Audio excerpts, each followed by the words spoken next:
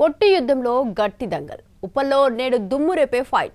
Sun Risers హైదరాబాద్తో Chennai super Kings తలపడబోతోంది. అయితే ఈ మ్యాచ్లోనైనా ధోని రంగంలోకి దిగుతాడా, ధనాధన్ ఆడిస్తాడా, లేదంటే డ్రెస్సింగ్ రూమ్లోనే ఉండిపోతాడా అన్నది fans doubt. Chennai versus Hyderabad మ్యాచ్కు నేడు ఉప్పల్ స్టేడియం వేదిక కాబోతోంది. ఐపీఎల్లో ఈ హై వోల్టేజ్ మ్యాచ్పై ఫ్యాన్స్లో అంచనాలు పెరిగిపోతున్నాయి. ఈ మ్యాచ్లో ధోని గ్రౌండ్లో కనిపిస్తాడా లేదా అన్న చర్చ జోరుగా సాగుతోంది. హైదరాబాద్ ఉప్పల్లో ఇంట్రెస్టింగ్ ఫైట్ మరికొన్ని గంటల్లో జరగబోతోంది.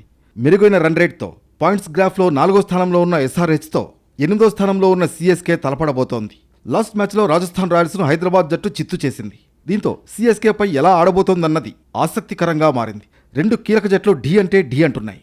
టికెట్ల విషయానికొస్తే హాట్ కేకుల్లా అమ్ముడయ్యాయి. అయితే ఈ ఐపీఎల్ సీజన్ మొదలైనప్పటి నుంచి రంగంలోకి దిగని మహేంద్ర సింగ్ ధోని ఈ మ్యాచ్లోనైనా ఆడతాడా లేదా అన్నది సస్పెన్స్గా మారింది. పిక్క గాయంతో ధోని పెవిలియన్కే పరిమితమయ్యాడు.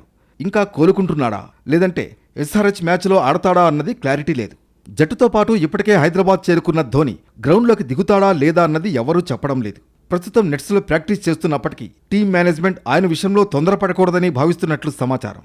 అయితే ఏప్రిల్ 26న గుజరాత్ టైటాన్స్తో జరిగే హోమ్ మ్యాచ్ నాటికి మైదానంలోకి వచ్చే అవకాశం ఉందని తెలుస్తోంది.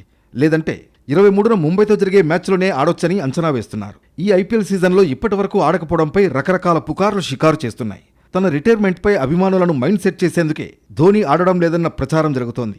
ఒక్కసారిగా రిటైర్మెంట్ ప్రకటిస్తే జట్టు బ్రాండ్ దెబ్బతినడంతో పాటు ఫ్యాన్స్ హర్ట్ అయ్యే అవకాశం ఉందని భావిస్తున్న ధోని మెల్లమెల్లగా అభిమానులకు అలవాటు చేస్తున్నాడని చర్చించుకుంటున్నారు.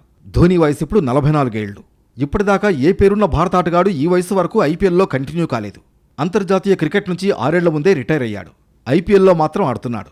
కొన్నేళ్ల ముందే రిటైర్ అవుతాడనే ప్రచారం జరిగింది. కానీ ఈ ఏడాది ఆఖరు అన్న అంచనాల మధ్యే ఒక్కో సీజన్ దాటుకుంటూ వచ్చాడు.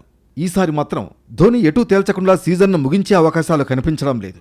ఎన్నో ఏళ్ల నుంచి ఎదురు చూస్తున్న రిటైర్మెంట్ ప్రకటన ఈసారి తన నుంచి వచ్చినా ఆశ్చర్యం ఏమీ లేదన్నది క్రికెట్ విశ్లేషకుల మాట.